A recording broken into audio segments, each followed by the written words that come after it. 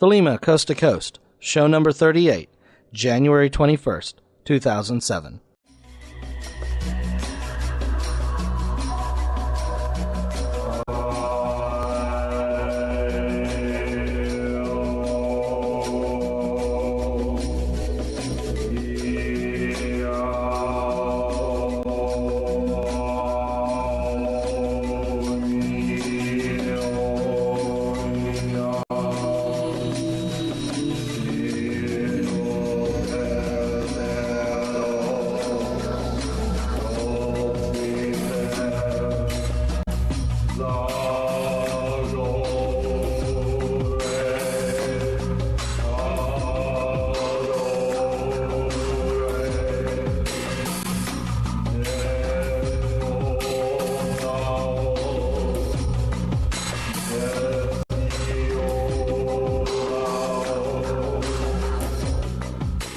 Do what thou wilt should be the whole of the law. Welcome to Thelema, Coast to Coast. My name is John Crow, and I'm the host of the show. Before getting into the show, I want to remind everybody to contact the podcast through email at podcast@thelemicoasttocoast.com, through the website at www.thelemicoasttocoast.com, through voicemail at 206-600-5782, and voicemail is my preferred method of contacting the podcast, through the postal address at Thelema, Coast to Coast, care of John Crow, P.O. Box 7045, Marietta, Georgia, 30065, on the MySpace page at www.myspace.com/Thelema, Coast to Coast, where there's already about 1,500 people friended to the account, and more are welcome. And then on the Frapper map that you can get through on the Thelema Coast to Coast website, where there's already hundreds and hundreds of people. And I love going and taking a look at where all the listeners are from. Okay, so now that we've got all of the contact information, and again, I want to stress voicemail is my preferred way of getting feedback, but I still like getting emails through the site or directly. The majority of the emails that I've received over the last 3 or 4 weeks is the persistent question of when's the next podcast coming out. Obviously, the answer is it's out now. But I want to address kind of this schedule. I'm always hopeful that it'll come out every 2 weeks or so. Recently, we all know that hasn't been the case. And quite frankly, I don't know if I can keep that up over the next year or so.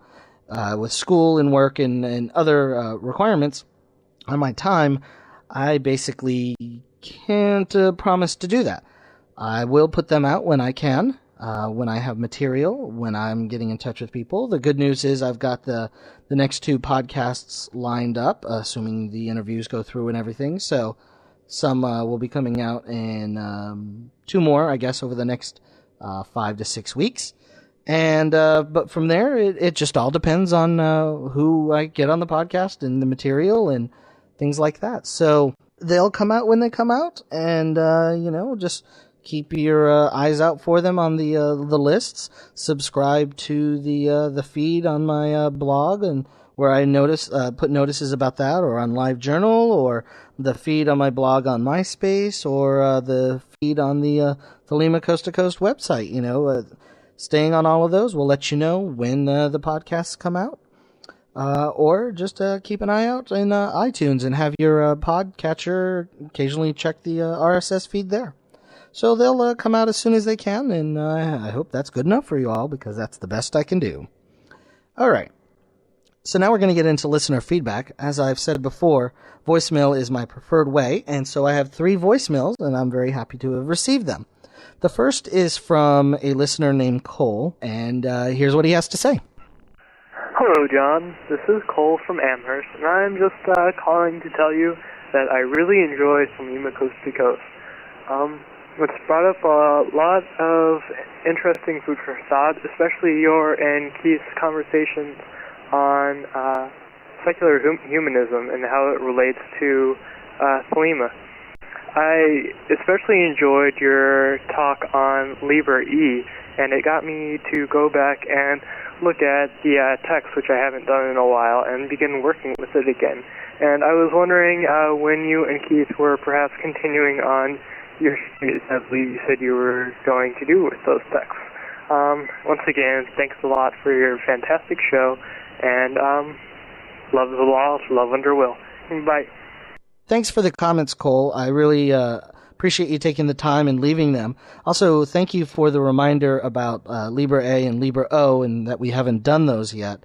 I'll get back with Keith 418 and see if we can address those in upcoming podcasts. The next voicemail is from a listener named Amber, and she has some very good questions. So here's the voicemail from her. Hi, John. This is Amber Abreu calling, 93. I've been listening to your podcast, and I especially enjoyed the latest one, number 37, specifically the interview with Roger Williamson. I really appreciated all of his thoughts and his experiences that he had to share. And I definitely did check out his artwork and his books as well. The reason I'm calling is I kind of stumbled upon what might be an interesting topic. I don't know, you can decide for yourself. But I am sort of a studier of philosophy, and I was doing some more reading on Carl Jung, and I was wondering how does Jungian psychology, specifically the collective unconscious, relate to the practice of magic and Thelema, and is it something that Thelemites would benefit from studying more in depth with regard to facilitating their magical sort of evolution? It's just a topic that's been interesting to me since I was in high school. And it seems that some of his philosophies or his ideas sort of run along the lines of spirituality and artistic endeavors and creativity. And I know that these things can only benefit Thelemite. But I was just wondering what your thoughts are on Carl Jung and any other related theories or philosophies. Appreciate your show, and keep up the good work. 93. Thanks, Amber. I appreciate you taking the time. And unfortunately, your questions regarding Carl Jung are something that I'm completely unqualified to answer. I've read very little of his, and I don't feel qualified at all to be able to answer that. However, the previous guest, David Shoemaker, is actually a practicing transpersonal psychologist, is very familiar with Jung's work, and therefore I've asked him to answer the question for you. So here's David Shoemaker responding to your question, Amber. Hi, Amber. This is Dave Shoemaker. I thought you had some really good questions about how to use the Jungian concepts in magic and mysticism, and what exactly is the overlap or potential overlap there. And I thought of 3 or 4 things to say in response. First of all, you mentioned the archetypes and the collective unconscious, and I think fundamentally this is something that is such an important area of overlap between the work of Crowley and the work of Jung, because while they were coming at it from different places, Jung was really getting at some very similar ideas in terms of the ways that mythical concepts and inner drives that seem to take certain shapes and forms and have clusters of thoughts and feelings around them that Crowley might have termed as a deity, an archangel or something like that. Jung was coming at them as universal archetypes. So whether or not you come down on this one side of the fence or the other in terms of whether gods are internal or external or whatever, I think it's clear that the work of Jung, psychologically speaking, informs that debate.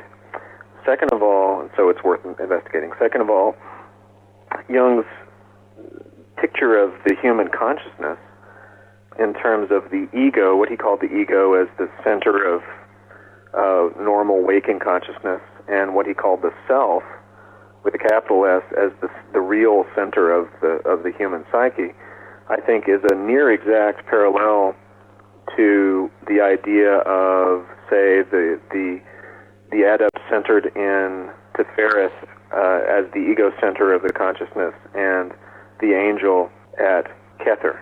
So the relationship, what he called the ego-self axis, the connection between our waking normal consciousness and that deeper truth center of ourselves that we might call the angel or whatever, I think is an amazing parallel that should be investigated.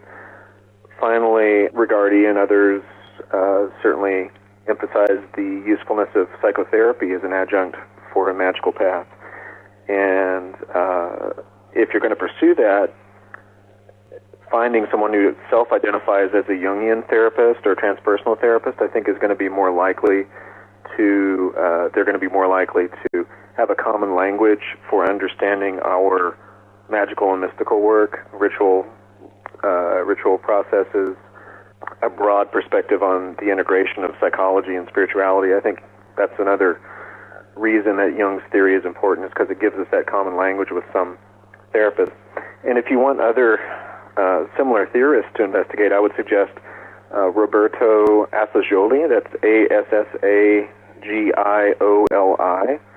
who has some theories that read almost like Kabbalistic psychology, and also Robert Fraser, that's Frager. He's at the Institute for Transpersonal Psychology in Palo Alto, California, and he has written a lot on the overlap between Sufi thinking and modern psychology. In fact, he is a Sufi sheikh. So a couple recommendations, because you'd mentioned you were looking for other sources. So I hope this was useful in some way to you and perhaps other listeners, and I certainly appreciate you calling with those questions. Thanks to Amber for sending the voicemail, and for David Shoemaker being very helpful and cooperative in answering that for Amber. The last comment is from a listener named Sora A, and she addresses the aspect of women and their involvement in magic and Thelema. 93, John. This is Sora A from Southern California.